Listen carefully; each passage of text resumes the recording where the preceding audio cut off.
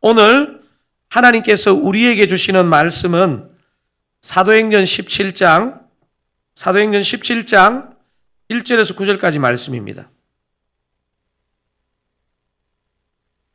제 성경은 신약성경 216면입니다. 신약성경 216면에 있는 사도행전 17장 다 찾으시면 제가 1절, 여러분 2절 교독하고 마지막 9절은 합독하겠습니다. 그들이 암비볼리와 아볼로니아로 다녀가 데살로니가에 이르니 거기 유대인의 회당이 있는지라. 바울이 자기의 관례대로 그들에게도 들어가서 새 안식일에 성경을 가지고 강론하며 뜻을 풀어 그리스도가 해를 받고 죽은 자 가운데서 다시 살아나야 할 것을 증언하고 이르되 내가 너희에게 전하는 이 예수가 곧 그리스도라 하니 그 중에 어떤 사람 곧 경건한 헬라인의 큰 무리와 적지 않은 기부인도 근함을 받고 바울과 실라를 따르라. 그러나 유대인들은 시기하여 저자의 어떤 불량한 사람들을 데리고 때를 지어 성을 소동하게 하여 야손의 집에 침입하여 그들을 백성에게 끌어내려고 찾았으나 발견하지 못하며 야손과 몇 형제들을 끌고 읍장들 앞에 가서 소리질러 이르되 천하를 어지럽게 하던 이 사람들이 여기도 이르매 야손이 그들을 맞아 들였도다. 이 사람들이 다 가이사의 명을 거역하여 말하되 다른 임금 곧 예수라 하는 이가 있다 하더이다 하니 무리와 읍장이들이 이 말을 듣고 소동하여 함께 읽으시겠습니다. 야손과 그 나머지 사람들에게 보석금을 받고 놓아 주니라. 아멘. 오늘 요즘 이제 예배에 대해서 또 교회와 공동체에 대해서 조금 이렇게 왔다 갔다 하고 있는데요. 오늘은 교회와 공동체 7번째 시간, 교회는 결코 그냥 세워지지 않습니다라는 제목으로 여러분과 은혜를 나누려고 합니다. 우리가 지금 오늘 읽은 사도행전 17장은 데살로니가 교회의 개척 이야기가 다루어지고 있습니다. 본문을 살펴보기 전에 바울 선교의 큰 그림을 조금씩 더 실제적으로 알게 되면 오늘 본문이 이렇게 좀 더 메시지가 선명해집니다. 여러분, 바울이 어떻게 예수님을 만나게 되었는지는 다 아시죠? 바울은 예수 믿는 사람들을 어디든지 가서 죽일 작정으로 지금 시리아의 수도 다마스커스로 가는 길에 그 길 중에 극적으로 예수님을 만나게 됩니다. 바울은 회심 후에 바로 안디옥 교회로 간 게 아니고요. 상당히 중간에 시간을 가진 후에 바나바의 초청으로 안디옥 교회를 섬기게 됩니다. 안디옥 교회는 유대인이 아닌 이방인을 성도로 받아들인 최초의 교회입니다. 여러분, 그래서 보면 지역에 관계없이 안디옥 교회들이 있는 것 같아요. 왜냐하면 가장 선교적이었던 교회가 안디옥 교회였거든요. 이 안디옥 교회가 영적인 건강함을 말할 뿐만 아니고 우리 현대적인 시각으로 보면 매우 독특한 교회인 것 같습니다. 안디옥 교회가 선교의 올이라는 것은 좋은데 선교사를 파송하는데 어떻게 파송하느냐 하면요. 담임 목사인 바나바와 수석 부모사에 해당되는 바울을 선교사로 파송하는 파격적인 결정을 합니다. 저와 배동용 목사를 선교사로 드사랑교회가 파송하는 겁니다. 하나도 안 놀라시네요. 저는 굉장히 놀라운데 바울과 바나바가 동행한 1차 선교여행은 현재 튀르키예에 해당되는 소아시아에서 1차 선교여행은 이루어집니다. 자, 1차 선교여행이 지역적으로 말하면 소아시아, 튀르키예 쪽에서 이루어졌다면 2차 선교여행은 복음이 어디로 건너갑니까? 건너가죠? 유럽으로. 우리가 살펴볼 데살로니가 교회가 바로 이 2차 선교 여행에서 개척되는 교회입니다. 사도행전을 뒷부분까지 끝까지 읽어보면 아시아와 유럽을 함께 다니는 3차 선교 여행까지 하고 바울의 선교 스토리가 마감되는데 아마 실제로는 스페인까지 가는 흔히 말해서 4차 선교 여행까지 갔다는 것이 보통 성경학자들의 정설입니다. 좀 전에 데살로니가는 바울의 몇 차 선교 여행 때 방문했다고 말씀을 드렸나요?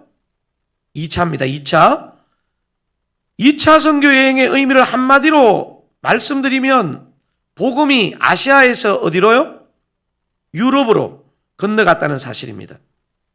바울은 2차 선교 여행을 시작할 때는요, 자신이 유럽을 간다고 생각하지 않았습니다. 여러분, 성경을 보면 드로아 동쪽에 있는 비두니아라는 그 아시아 지역으로 동북쪽으로 갈 계획이었습니다. 근데 드로아에서 마게도냐인 환상을 보고 바다 건너 유럽으로 오라는 것이 하나님의 뜻인 줄 알고 순종하게 됩니다.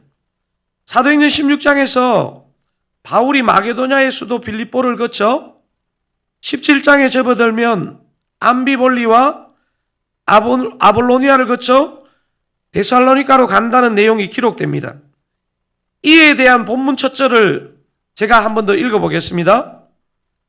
그들이 암비볼리와 아볼로니아로 다녀가 데살로니가에 이르니 거기 유대인의 회당이 있는지라. 자, 지도 한번 보실까요? 지도 한번 보겠습니다.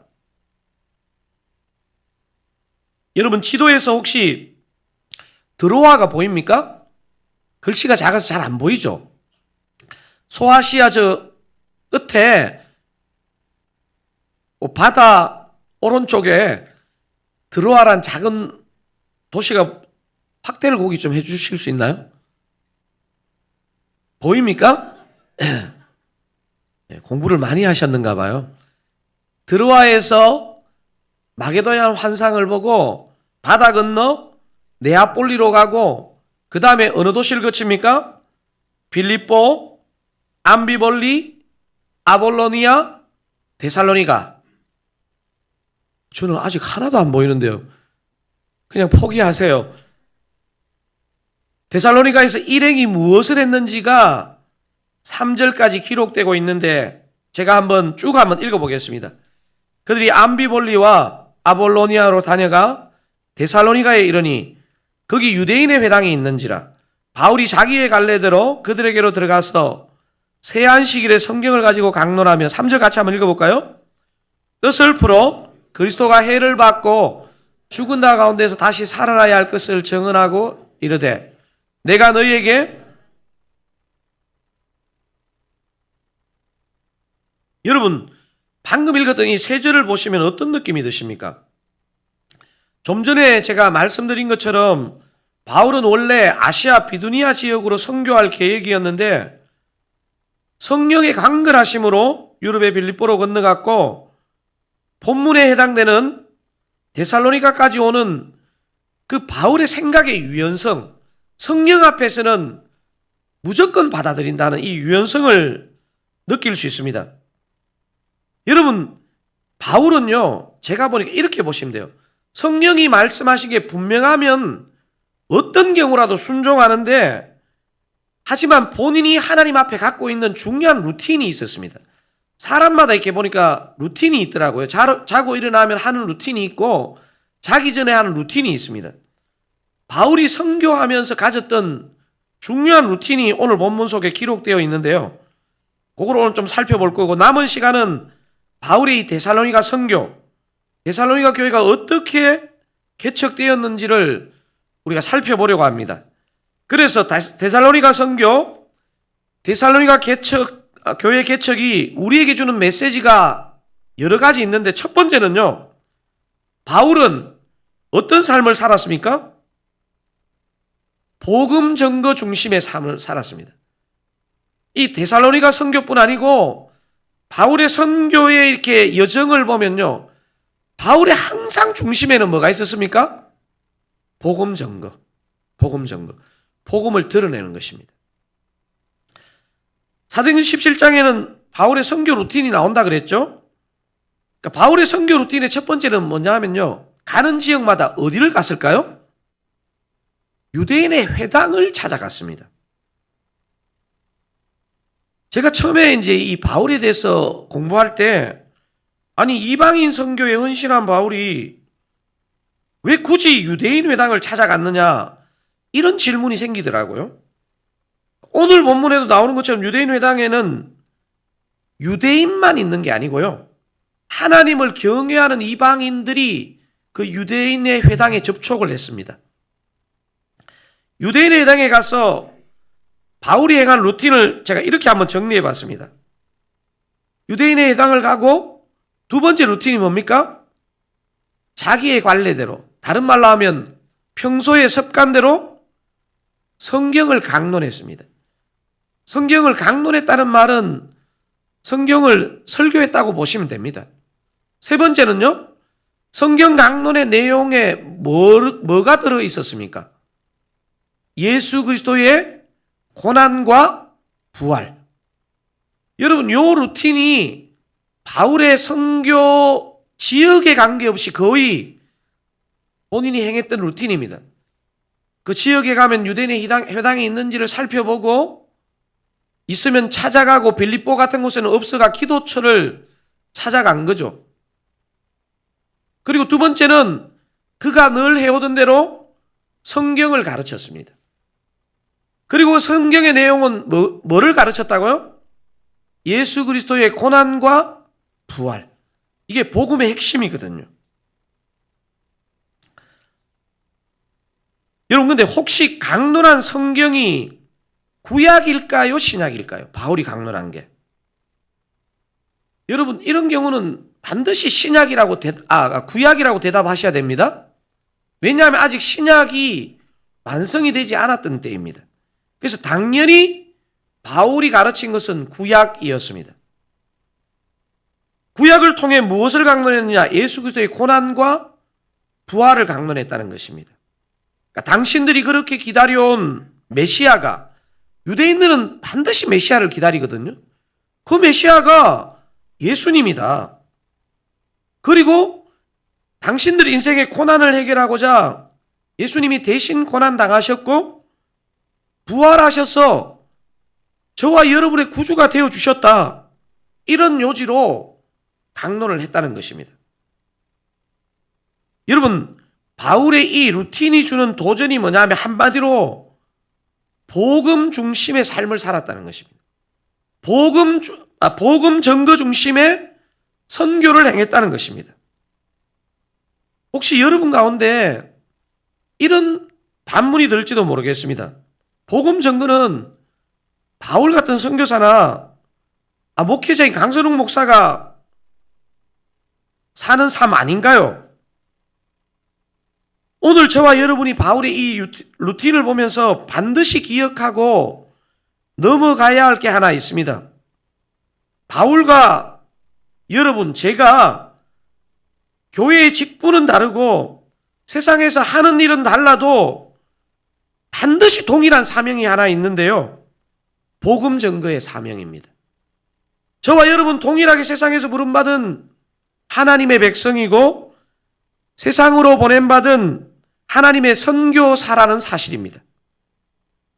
저와 여러분 세상에서 무슨 일을 하든지 상관없이 우리의 삶을 통해, 우리가 하는 일을 통해 복음을 전가하는 선교사, 복음을 살아내는 미셔너리, 이 정체성이 명확하게 있어야 됩니다.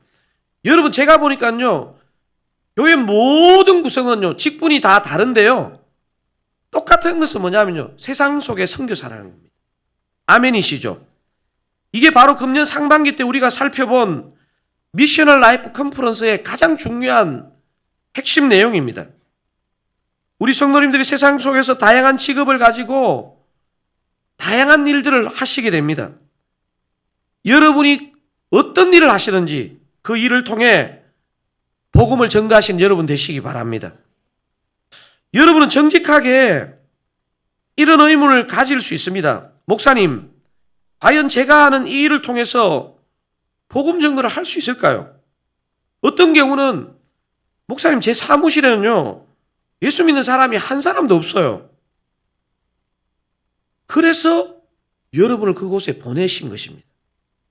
사랑하는 사랑가족 여러분, 복음 전거는 선교사 바울, 목사 강선웅에게만 주어진 사명이 아니고 여러분 모두에게 주어진 동일한 사명인 줄을 여러분 확신하시기 바랍니다. 교회적으로 지금 3번의 풍삼초 세미나를 했는데요. 사실은 어떤 교회는 이 풍삼초를요, 바로 밖으로 들고 나가는 교회들이 있는데요. 제가 우리 성도님들이 보니까 되게 세심하시고 신중하신 분이라서 교회 안에서 연습하는 시간을 주로 3번을 통해서 가졌습니다. 여러분, 근데 내 풍삼초 내가 3번이나 했다. 끝나면 아무 소용이 없습니다. 실전이 남아있는데 의대 공부 실컷 하고 나는 의대 공부 충분히 했으니까 이제 그만하겠다. 이거하고 똑같습니다. 삶의 현장에서 복음을 나누어야 됩니다.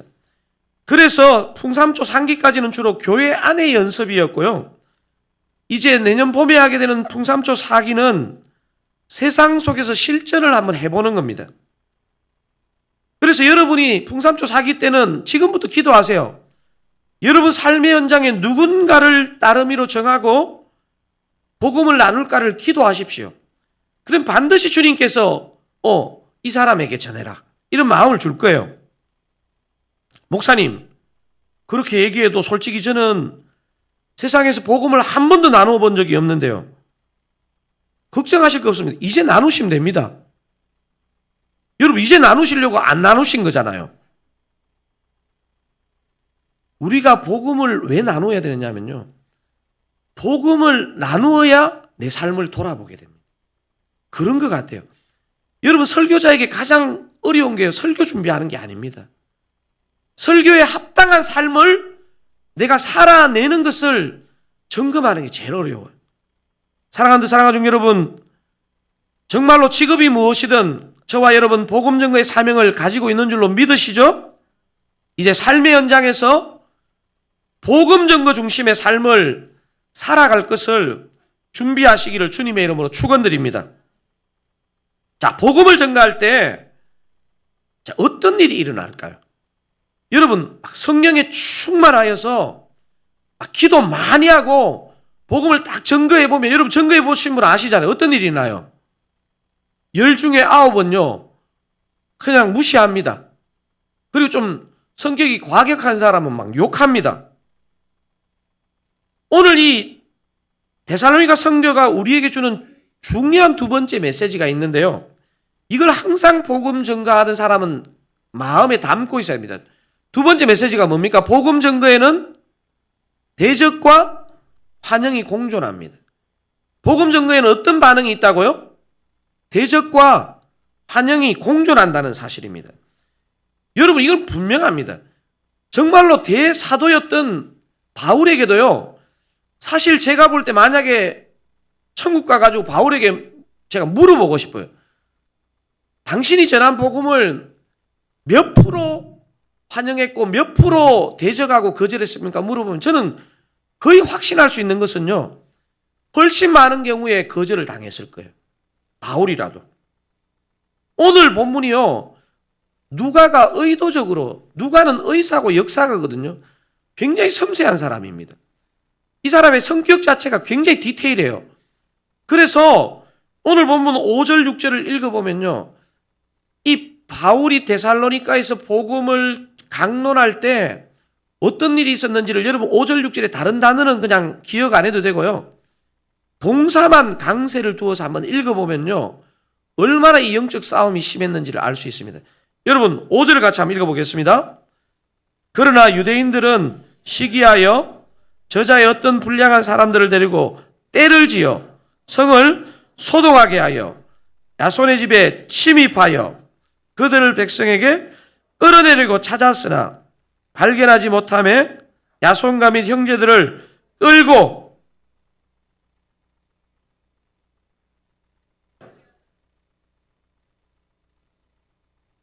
여러분 지금 극렬하게 반대하는 동사가 7개가 나옵니다. 7개가. 최소한.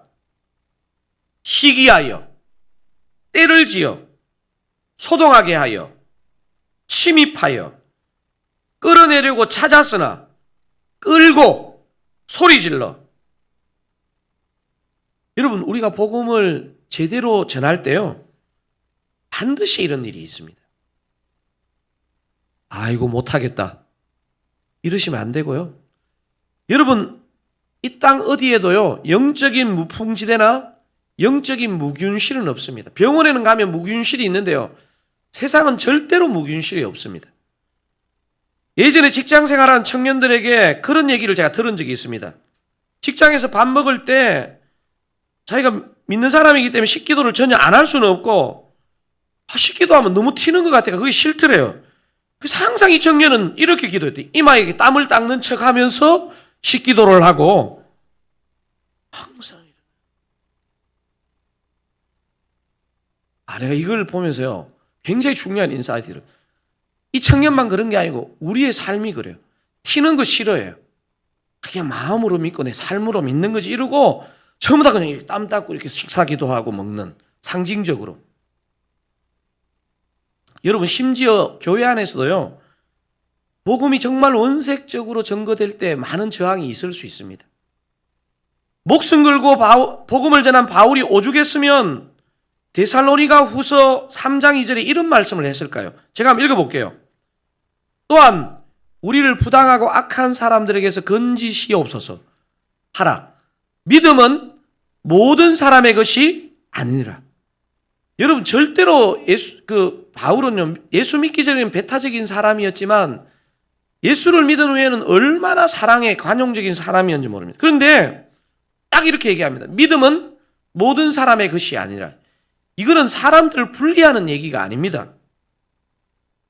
여러분, 근데 복음 전거를 대적하는 사람만 바라보면요, 우린 절대로 평생 복음을 전할 수 없습니다. 이런 대적이나 반대에도 불구하고 우리가 충분히 용기를 가질 이유가 있습니다. 하나님이 예비하신 복음을 기뻐하고 환영하는 사람들이 항상 기다리고 있습니다. 여러분, 그래서 우리가 미련해서도 안 됩니다. 막 대적하는 사람한테 막 예수 천당 불순종 잘못하면 맞아 죽습니다.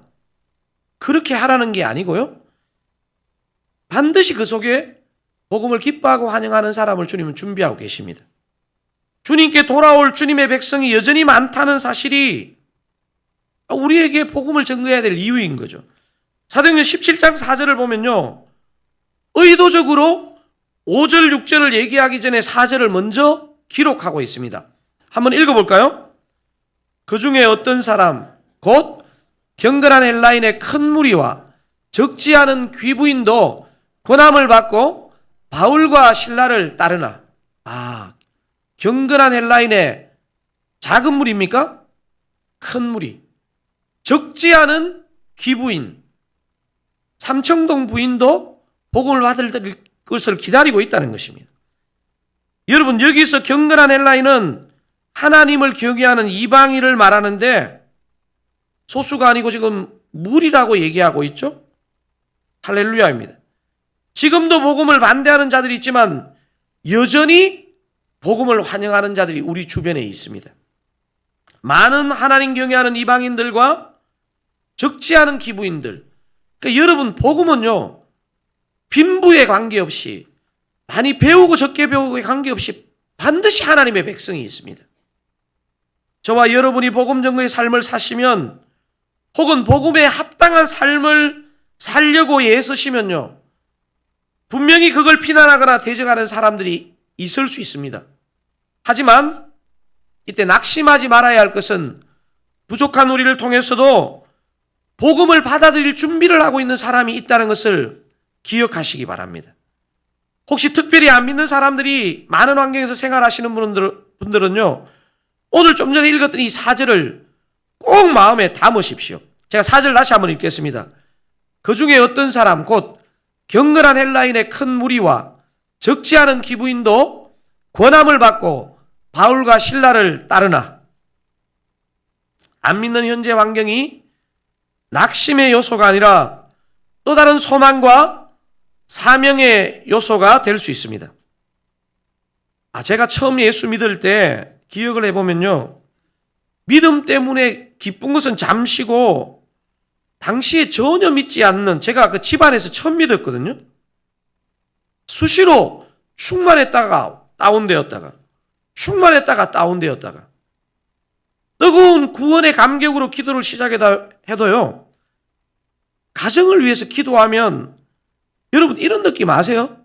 빛이 하나도 없는 암실 같은 그런 느낌. 그게 너무 힘들더라고요.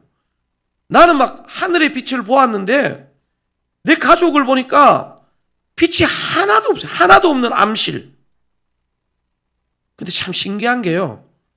제가 믿음으로 기도하는데 어느 날 분명히 우리 집은 암실이었는데 빛이 조금씩 스며든다는 것을 영적으로 느끼겠더라고요.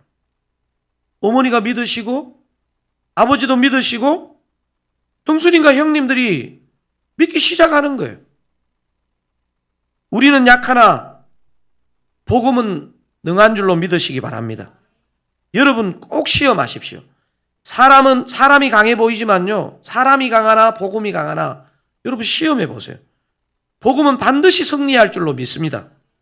오늘 특별히 안 믿는 가정, 안 믿는 직장 환경에서 오랫동안 기도했지만 열리지 않는 그것을 보면서 낙심한 성도님이 계시다면요. 오늘 본문에 나오는 바울이 데살로니가 교회를 개척하는 이 얘기를 보시면서요. 소망을 회복하시기를 주님의 이름으로 축원드립니다. 오늘 본문의 하이라이트는요. 사실 오늘 본문의 이 하이라이트는 5절, 6절, 7절, 8절, 9절입니다. 무슨 은혜를 주실지를 기대하면서 한번 여러분 첫 번째 읽을 때는 별일이 없었던 것 같은데 다시 읽으면 별일이 있습니다.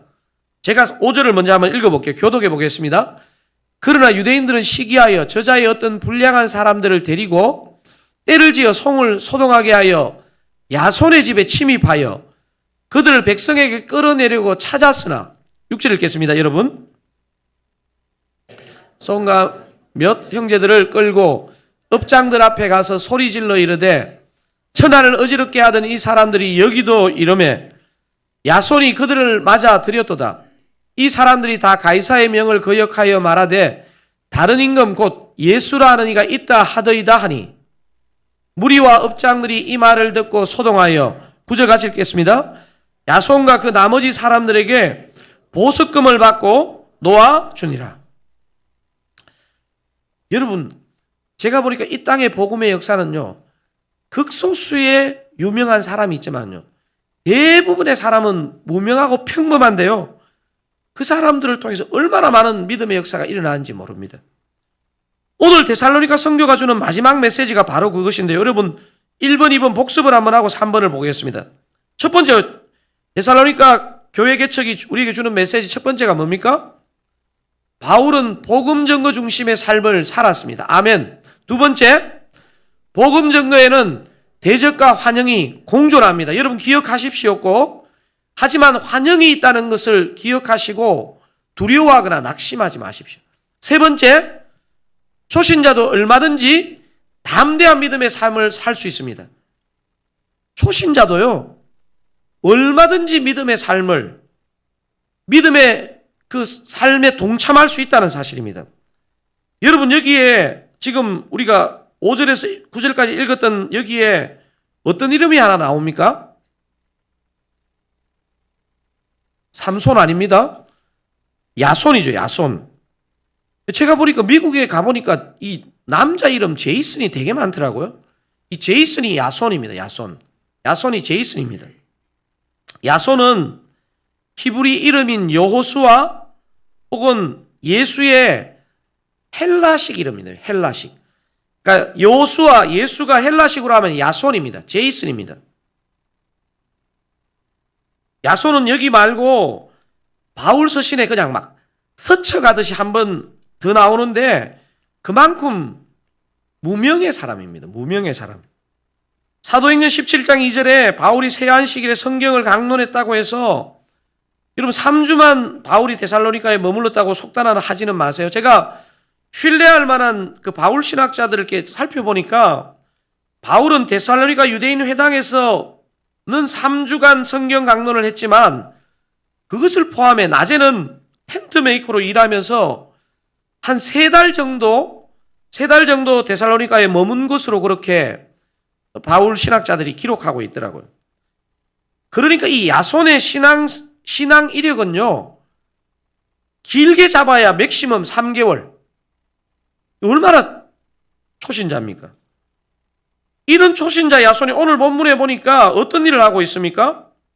지금 내용이 어떤 게 기록되어 있었냐면 깡패를 동원한 유대인들이 바울 일행을 막 사사시 찾지만 못 찾자 바울 일행에게 집을 제공한 누구의 집으로? 야손의 집에 와서 오늘 본문에 보니까 업장이라는 표현이 여러 번 나오는데 이 업장이 뭐냐면 로마 관원을 말합니다. 로마 관원. 그러니까 바울을 못 찾으니까 야손의 집에서 야손을 끌어가지고 로마 관원 앞에 데리고 갑니다. 야손은 바울 일행이 어디 간 것을 알았을까요? 몰랐을까요?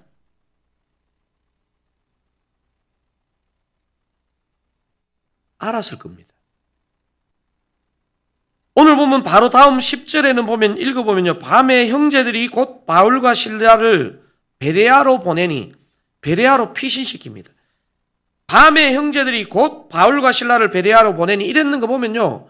야손은 분명히 알았습니다. 3개월밖에 안 된 초신자가 생명의 복음을 전하는 바울을 위해서요. 목숨을 거는 겁니다.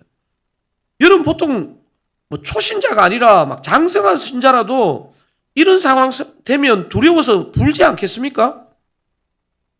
근데 제가 어떤 게 은혜가 되었느냐면요.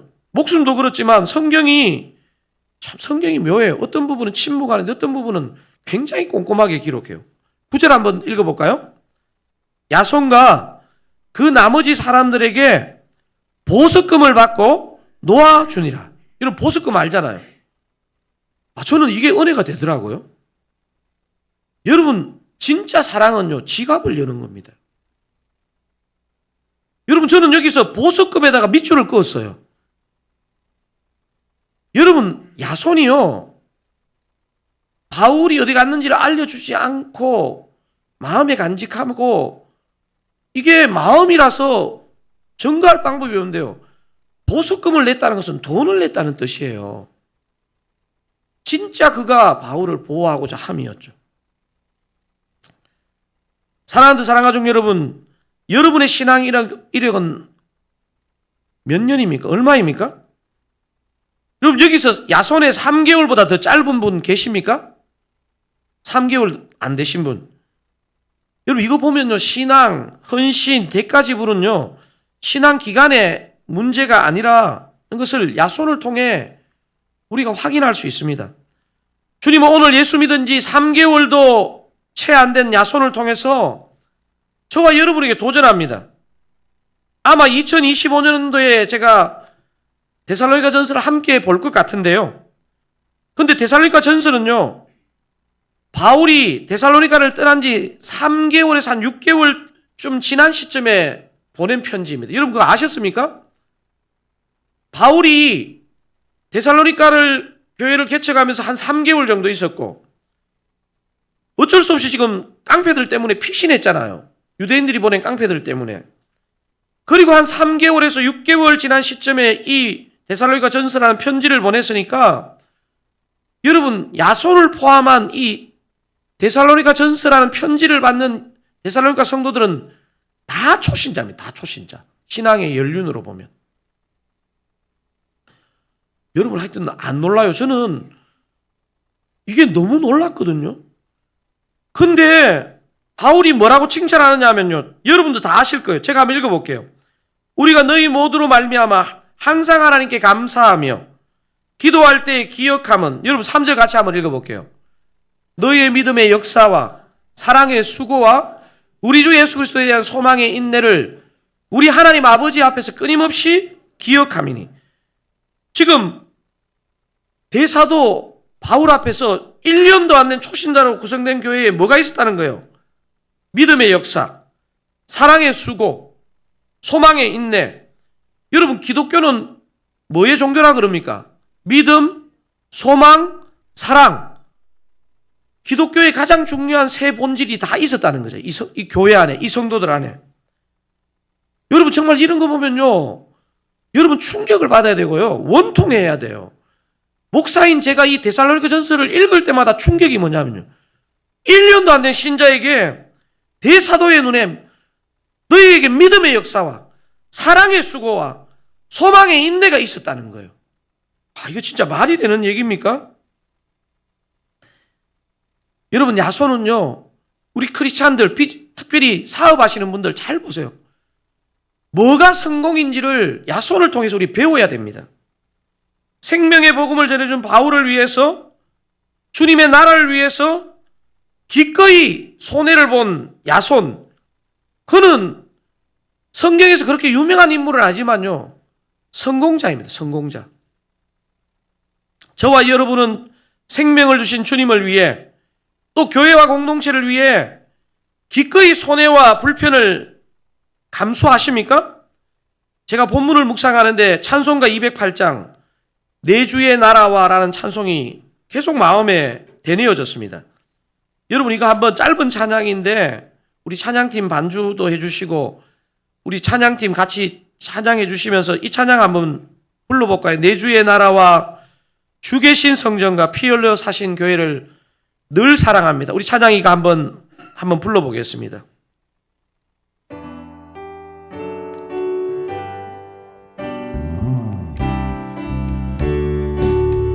내 주의 나라와 주의 나라와 주 계신 성전과 피 흘려 사신 늘 사랑함. 내 주의 교회는 천성과 같아서 눈동자가. 우리 3절은 반주 없이 약간 천천히 한번 불러보세요. 3절은 이 교회 위하여 눈물과 기도로 내 생명 다하기까지 늘 봉사합니다. 여기까지 부르겠습니다. 3절에 이 교회 위하여 눈물과 기도로 내 생명 다하기까지 늘 봉사합니다.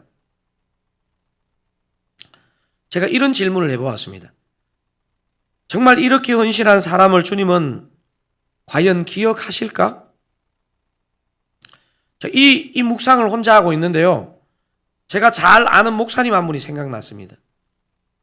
이분은 20대 초반에 대학교를 다니다가 주님의 은혜가 너무 커서요, 막 학교를 다녀야 되는데 이분이 보니까 약간 성격이 급한 것 같아. 20대 초반에 자기가 자기 이 젊음을 정말 주님께 바치고 싶어서 학교를 휴학하고 선교사로 어플라이를 한 거예요. 여러분, OM이라는 선교단체 아시죠? 굉장히 오래된 역사와 전통이 있는 선교단체인데요, OM이라는 선교단체에 선교사 후보생으로 지원을 했는데 떨어졌어요. 그 이유가 뭐였냐면요, 선교사에게 가장 중요한 것 중에 하나가 뭐냐면 영어를 할 줄 알아야 되는데 영어가 준비가 하나도 안 됐어요. 떨어졌어요. 근데 어느 날 OM 본부에서 이 대학생에게, 이제 지금은 나이가 든 목사님이 되셨는데요, OM 본부에서 이 대학생에게 연락을 한 거예요. 다른 선교 사역은 영어 점수가 반드시 필요한데 우리 선교단체에서 영어 점수가 필요 없는 사역이 있는데 한번 해보겠냐. 자기는 하나님이 불러주시면 무슨 사역이든지 선교사라면 하겠다는 마음을 갖고 있어가지고 예스라고 했대요. 무슨 선교 사역인지 물어보니까 북아프리카 모로코라는 나라에서 성경을 모르게 배포하는 사역이래요. 성경을 배포하는 사역이니까 말 한마디도 안 해도 돼. 영어가 필요 없대요. 이게 보니까 본인의 얘기를 제가 예전에 들어보니까 스페인에서 모로코 가는 배를 타고 가가지고 배낭에 한가득 성경을 아래에 깔고 그 위에 옷이나 이제 다른 책들을 집어넣고 그 모로코 항구에 도착하면 산을 몇 개 넘어가지고 모로코 사람들이 사는 동네로 들어가서 성경을 배포하는 사역을 수년간 한 거예요.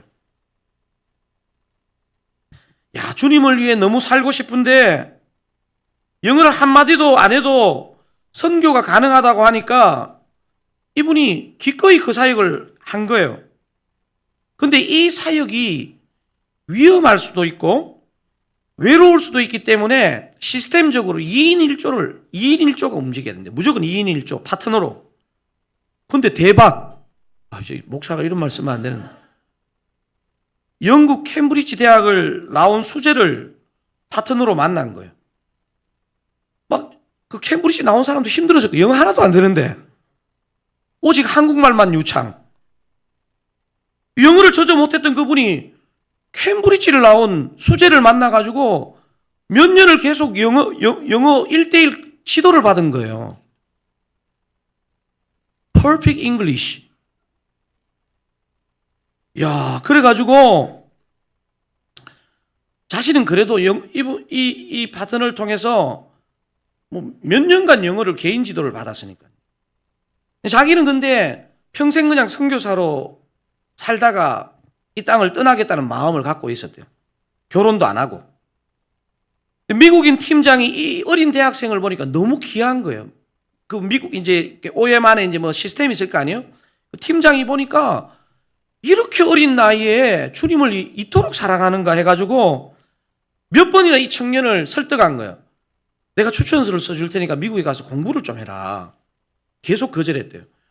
하도 그러니까 자기도 생각해 보니까 정말 오랫동안 사역을 하려면 공부를 좀 해야 되겠다는 생각이 들어가지고 이 팀장의 추천서를 받고 미국에 있는 서던 베프티스트 세미나리를 간 거예요. 여러분 미국은 한국하고 달라가지고 메인스트림이 장로교가 아니고 서던 베프티스트입니다. 침례교입니다. 침례교. 근데 자기가 공부를 해본 적이 없기 때문에 공부를 잘하는지 몰랐대요. 근데 공부를 해보니까 공부가 너무 쉽더래요.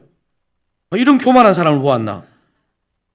여러분 근데 한국 신학생들이 미국 신학교에서 영어로 공부하기 제일 어려운 분야가 어디냐면 설교학이에요. 설교학. 뭐 당연하잖아요. 네이티브도 설교학은 하기 힘든데 근데 이분이 서든 베프티스트에서 설교학으로 박사를 받았어요. 여러분 또 안 놀라요. 나중에 제가 알고 보니까 우리 교회 자주 오시는 총신대 김대혁 교수님 있잖아요. 서든 베프티스트에서 설교학으로 그분도 박사를 받았거든요. 같은 지도 교수님 아래에서 같이 공부를 했어요. 보니까 또 놀라지 않네요. 이분이 누구냐? 다음 주일 설교하러 오시는 뉴욕 킨자 한인교회 김바나바 목사입니다. 내가 정말 동생이지만요. 얼굴은 동생 같지 않을 거예요. 이 사람을 보면 가슴이 뛰어요. 진짜 같이 자거나 이러면요. 이토록 주님을 사랑하는 사람과 같이 자고 있구나. 여러분 뉴욕 킨자 한인교회는요. 여러분 나중에 역사에 들어가 보면 아시겠지만요. 미국 이민자들 중에서도 뉴욕 이민자들은 터프합니다. 뉴욕 킨자 한인교회는요. 전통 교수와 전통을 막 고수하는 그런 문화와 교회 안의 갈등으로 교회가 정말 거의 생명력을 잃어갈 지점에 이분이 담임 목사로 수년 전에 부임을 해간 거예요. 지금 다시 교회가 불같이 일어나고 있습니다. 주님을 순전한 마음으로 섬기고 사랑하고 섬기는 자를 주님은 절대로 그냥 놔두지 않는다는 것을 여러분 다음 주 기대하셔도 됩니다. 이분이 오셔서 설교를 할 건데요. 정말 제가 이분을 볼 때마다 순전한 마음으로 교회를 사랑하고 하나님 나라를 사랑하고 주님의 영광을 위해 쓰는 사람을 어떻게 쓰는지를 여러분 보실 거예요. 여러분과 저도 우리들 사랑교회도 주님 앞에 이렇게 쓰임 받으시기를 주님의 이름으로 축원드립니다.